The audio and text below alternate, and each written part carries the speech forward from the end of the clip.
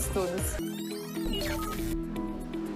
Se você acha que escola é só lugar para estudar, você está muito enganado. Na escola a gente inventa e dá o melhor para mudar a realidade ao nosso redor. Aqui a gente preza muito pela cultura de dividir o conhecimento. O conhecimento é a única coisa que a gente divide e que se multiplica, né? A robótica a gente aprende muito a trabalhar em equipe, então você aprende a ouvir os seus companheiros, você aprende a conviver melhor com os seus colegas de trabalho. As aulas de robótica facilitam bastante a gente a aprender e entender melhor as outras matérias, como música. Aqui na escola a gente tem esse ponto muito importante. A gente sempre tenta fazer com que as disciplinas estejam trabalhando em conjunto. Eu gosto bastante dessa aula. É uma pena que só tem uma vez por semana, mas eu gosto bastante.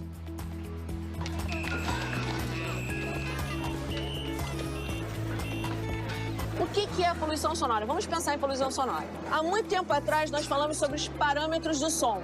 Quando a gente fala em volume sonoro, a gente está falando em decibéis. Meu nome é Janaína Batista e eu sou professora de música e teatro da escola. A interdisciplinaridade ela é fundamental para o aluno ter essa vivência mais ampla de mundo. Se, por exemplo, a gente tem 60, 70 decibéis na nossa sala, a gente está com um volume acima do que é legal.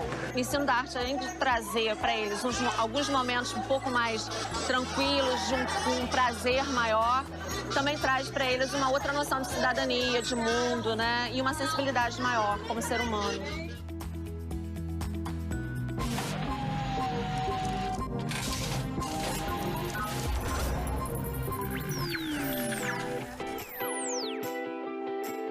Bom dia, pessoal. Bom dia. Então, hoje a gente vai construir o nosso robô orelhudo. Eu trabalhava já aqui na escola como professora de informática, né? Então, a tecnologia sempre estava inserida na minha vida. E aí, de repente, veio a oportunidade de trabalhar com robótica, que era uma coisa nova e que a escola estava apostando bastante. E aqui no sensor de som, ele tem um microfonezinho que ele captura, né, o valor.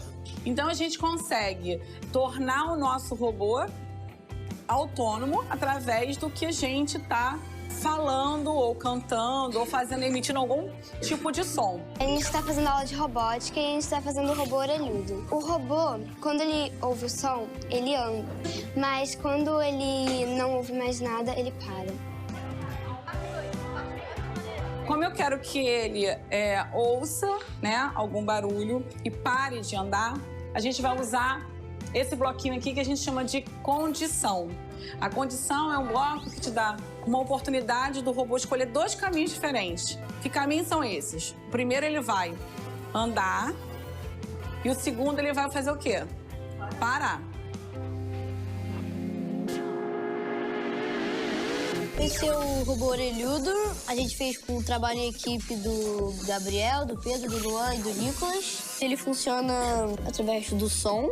Quando a gente fala, ele para. E quando a gente fica quieto, ele começa a andar. E a gente precisou programar ele para isso. Para.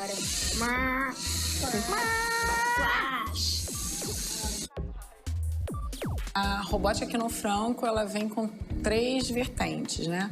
A gente tem a curricular, que é no 8º e 9º ano.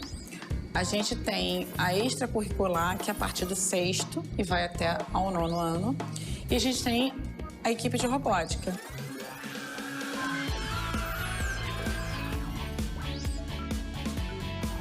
Meu nome é Thiago. Daniel. E a gente faz parte da equipe Franco Storms. A base é a interação. 15 adolescentes, sabe? Toda sexta-feira, todo sábado. Sempre vindo aqui, sabe? Marcando coisas além da robótica. Tudo uma experiência, assim, muito bacana. Não só para o conhecimento geral, mas também para o autoconhecimento. Você vê que você aprendeu e bota isso em prática e vê o resultado. Eu acho muito bom. Bom, nós construímos esse robô para participar de um campeonato de seguidores de linha. Qual é a sua função? Seguir o percurso no menor tempo possível. A gente utiliza esses sensores e os motores. Você consegue observar a distância dos sensores e motores, que é a melhor distância possível para a construção do robô. A distância entre os sensores serve para que o robô consiga se identificar no tapete e não se perca.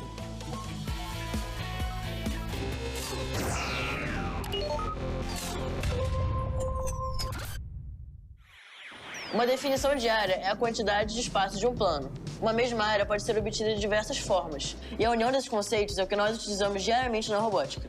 Por exemplo, os nossos robôs devem obedecer a regras de tamanho ou de formato. No nosso próximo campeonato, teremos que construir um robô em uma área de 19 por 19 centímetros, o que são 361 centímetros quadrados. Nosso robô tem que caber dentro desse quadrado.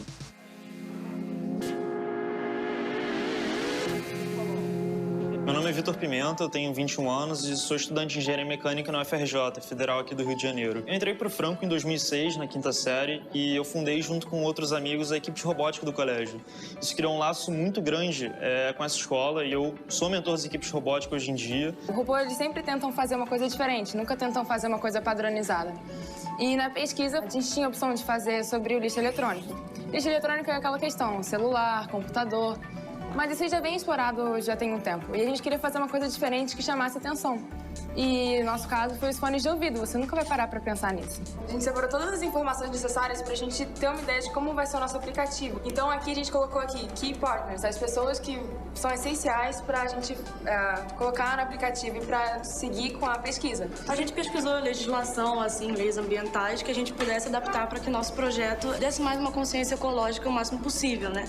Quando a gente descobriu que na robótica era muito mais do que robô, foi assim, uma realização muito grande, assim, muito feliz na nossa vida, porque a gente, poxa, a gente tem um lugar aí e isso é muito legal. Hoje eu vejo no mercado de trabalho, inclusive na faculdade, existe uma diferenciação de quem participou da equipe de robótica e de quem não participou. Ninguém vai parar para pensar no fone que está jogado no fundo da gaveta, enrolado. Porque celulares, computadores, apesar de serem lixo eletrônico, já têm sido explorados nesse tempo.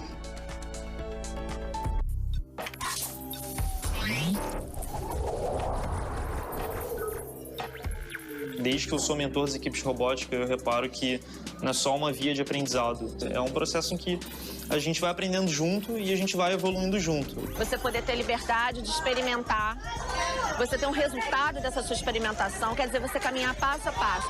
Tudo que é feito assim, passo a passo, vivenciando, experimentando, tem um resultado melhor.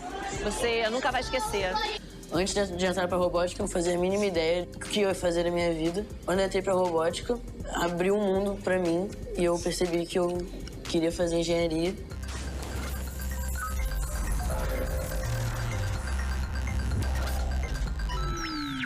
Para se tornar um roboticista expert, você precisa aprimorar a sua capacidade de organização e planejamento.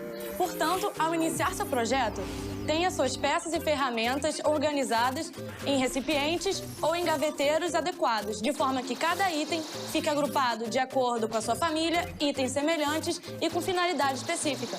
Seguindo esse simples passo, construir um robô fica bem mais simples e bem mais divertido.